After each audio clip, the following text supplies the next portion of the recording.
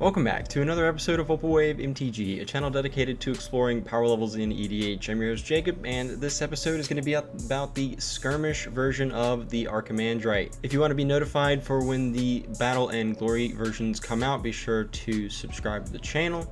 And be sure to let me know in the comments below what you plan on doing with your version of the Archimandrite. Lots of different stuff you could do with this commander. I think Tribal would be a lot of fun. And with that, let's go ahead and get started.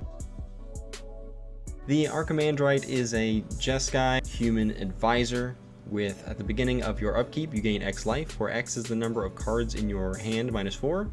Whenever you gain life, each advisor, artificer, and monk you control gains vigilance and gets plus X plus O until end of turn, where X is the amount of life you gained.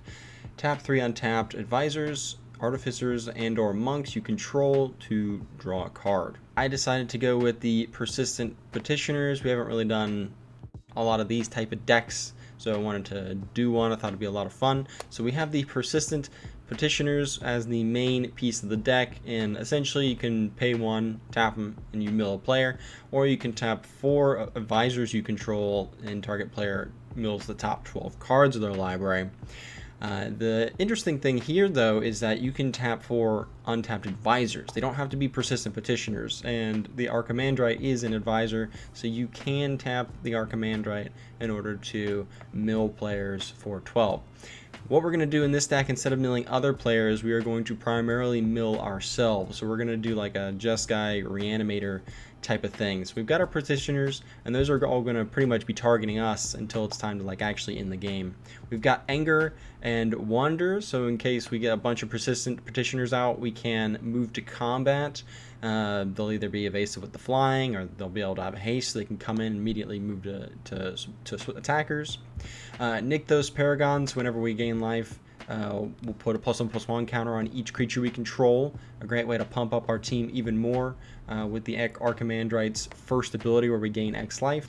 And then we've got this Angel of Glory's Rise that we can use to just reanimate all of our persistent petitioners because they are humans. And then we've got this Drumbeller, which we can use to untap all of our petitioners, or we can get that extra value out of the Archimandrite, being able to draw cards every turn. Moving on to the sorceries, we've got a few ways to just get cards back from our graveyard. Reconstructed History, Call to Mind, Mystic Retrieval is great since we can mill it and then flash it back later. A few ways to actually cast those spells from our graveyard outright, like Spell Twine, Finale of Promise. I've added an Inspired Ultimatum just because you gain 5 life, you can deal 5 damage to your target, and then you draw 5 cards. So a great way to give your team +5/+0 if you have the Archimandrite out. And a few reanimation type stuff. Invoke Justice can hit pretty much any permanent. Return to the Ranks is another card we can use to kind of just get a bunch of those persistent petitioners out. And Ascend from Avernus is probably one of our stronger reanimate effects, since you can pay 5 into it and you're going to return all creatures and planeswalkers with mana value extra less from your graveyard to the battlefield. So a really sweet card there. And then a Righteous Confluence. Since we can gain up to 15 life with this card could be a very great way to end the game, in addition to it just being able to exile enchantments. So some nice flexibility with this card. We have a few spicy cards in our instance, just a few removal spells.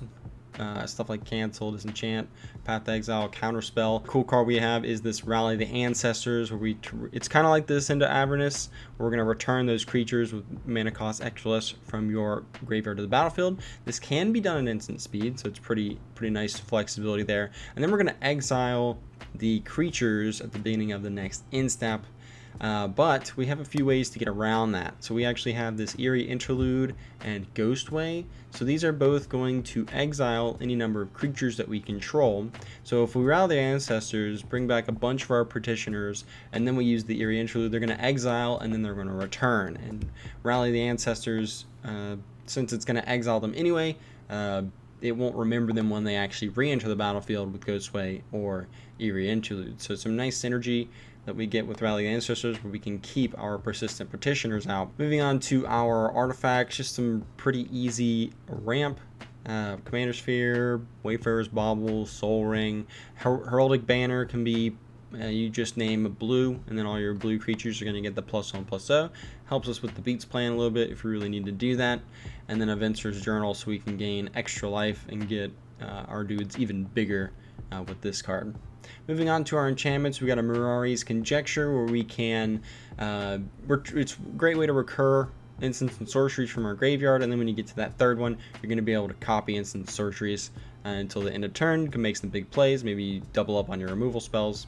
It's just a fun card. And then lastly, we've added this Molten Echoes, where we can choose Advisor, and then from there, whenever our advisor's in the battlefield, we're going to be able to make an additional advisor and double up on that value, especially if we're doing like Eerie Interlude or Ghostway shenanigans, or we're like Ascent or Avernus, where we're returning a bunch of those advisors to the battlefield at one time. If you get like 10 or 12 advisors entering the battlefield at once, you're going to get 12 additional advisors that you can use for that turn and really start milling players out. Could lead to some very explosive plays, so we threw this one in here. Our lands are pretty straightforward. We've got a lot of lands that can enter the battlefield tapped, into the battlefield untapped. We've got these like gain life lands. There's a little bit of extra synergy with the Archimandrite. But yeah, other than that, pretty straightforward mana base here. Thanks for checking out this episode of Opal Wave MTG. Until next time.